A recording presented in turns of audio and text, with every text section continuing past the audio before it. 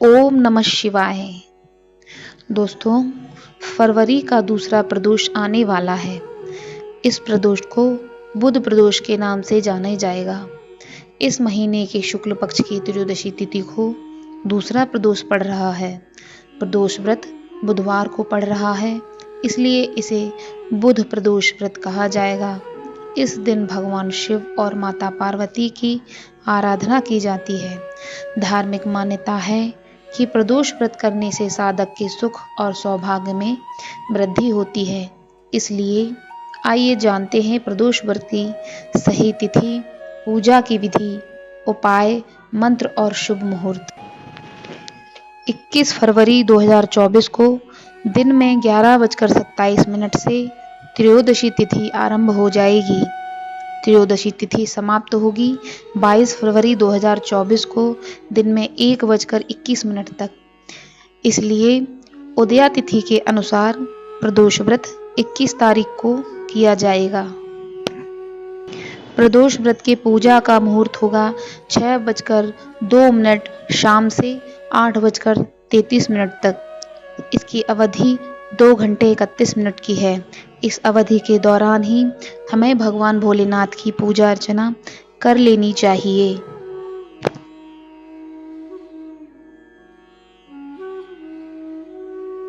प्रदोष व्रत का पारण 22 फरवरी 2024 को होगा। प्रदोष व्रत के दिन ओम नमः शिवाय मंत्र का जाप करना चाहिए। अगर आप एक समय बैठकर माला नहीं कर सकते हैं तो सारे दिन चलते फिरते ओम नमः शिवाय का जाप कर लेना चाहिए, जिससे भगवान भोलेनाथ की असीम अनुकंपा हर भक्त के ऊपर होती है।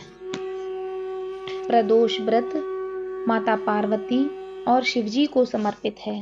हर माह के त्रयोदशी के दिन पड़ने वाले व्रत को प्रदोष व्रत कहा जाता है। बुध प्रदोष के व्रत के दिन प्रदोष काल में भगवान शिव की पूजा विधि विधान से करते हैं और बुध प्रदोष व्रत की कथा सुनते हैं। इस व्रत को करने से समस्त इच्छाओं की पूर्ति होती है और भगवान शिव की कृपा प्राप्त होती है। आज के दिन भगवान भोलेनाथ को प्रसन्न कर सकते हैं। इस दिन पूजा व्रत करने से शिव पार्वती संग गणपति की विशेष कृपा बरसती है। धार्मिक मान्यताओं के अनुसार प्रदोष व्रत करने पर वैवाहिक जीवन और आर्थिक मामलों में आ रही परेशानियों का अंत होता है। प्रदोष व्रत की पूजा शाम के समय प्रदोष काल में होती है। इस दिन शिव जी को याद करके व्रत एवं पूजा का संकल्प लें। इसके बाद शाम के शुभ मुहूर्त में शिव मंदिर जाकर या घर पर ही भगवान भोलेनाथ की विधि पूर्वक पूजा करें। पूजा के दौरान शिवलिंग को गंगा जल और गाय के दूध से स्नान कराएं। इसके बाद पंचामृत से स्नान कराएं। सफेद चंदन का लेप लगाएं।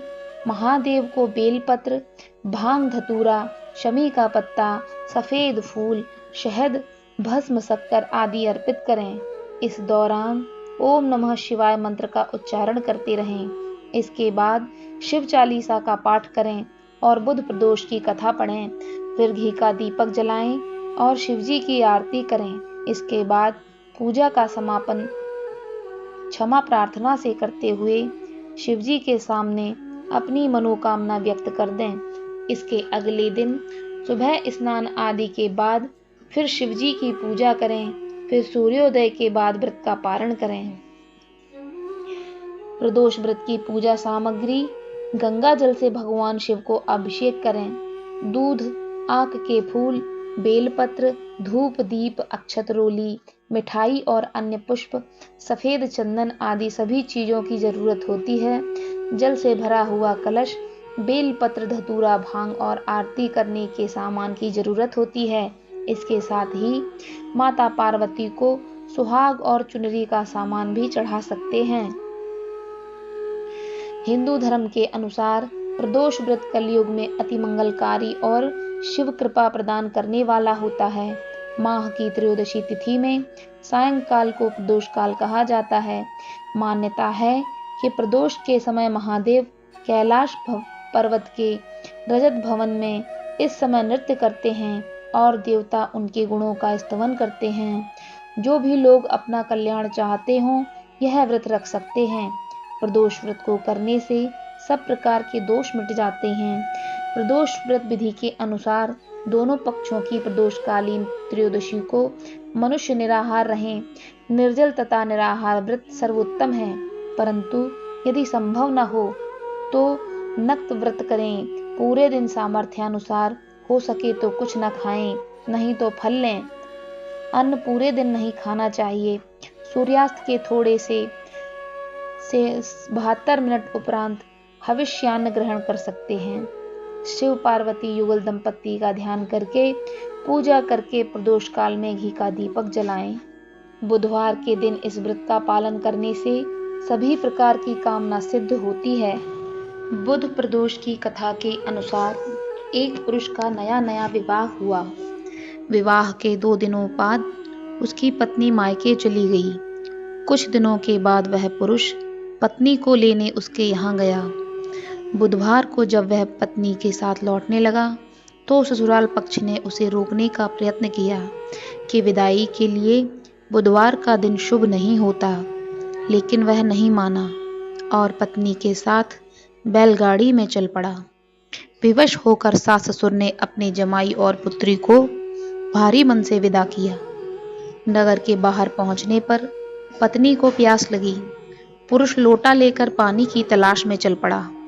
पत्नी एक पेड़ के नीचे बैठ गई। थोड़ी देर बाद पुरुष पानी लेकर वापस लौटा। तब उसने देखा कि उसकी पत्नी किसी के साथ हंस हंस कर बातें कर रही है और उसके लोटे से पानी पी रही है। उसको क्रोध आ गया। वह निकट पहुंचा तो उसके आश्चर्य की कोई ठिकाना ना रहा, क्योंकि उस आदमी की सूरत उसी की भांति थी। पत्नी भी सोच में पड़ गई। दोनों पुरुष झगड़ने लगे। धीरे धीरे वहां काफी भीड़ इकट्ठी हो गई और सिपाही भी आ गए। हमशक्ल आदमियों को देख वे भी आश्चर्य में पड़ गए। उन्होंने स्त्री से पूछा, उसका पति कौन है? वह किम कर्तव्य विमूढ़ हो गई। तब वह पुरुष शंकर भगवान से प्रार्थना करने लगा, हे भगवान, हमारी रक्षा करें। मुझसे बड़ी भूल हुई कि मैंने सास ससुर की बात नहीं मानी और बुधवार को पत्नी को विदा करा लिया। मैं भविष्य में ऐसा कदापि नहीं करूंगा। जैसे ही उसकी प्रार्थना पूरी हुई, दूसरा पुरुष अंतर ध्यान हो गया। पति पत्नी सकुशल अपने घर पहुंच गए। उस दिन के बाद से पति पत्नी नियम पूर्वक बुध त्रयोदशी व्रत को रखने लगे। अतः बुध त्रयोदशी व्रत हर मनुष्य को करना चाहिए।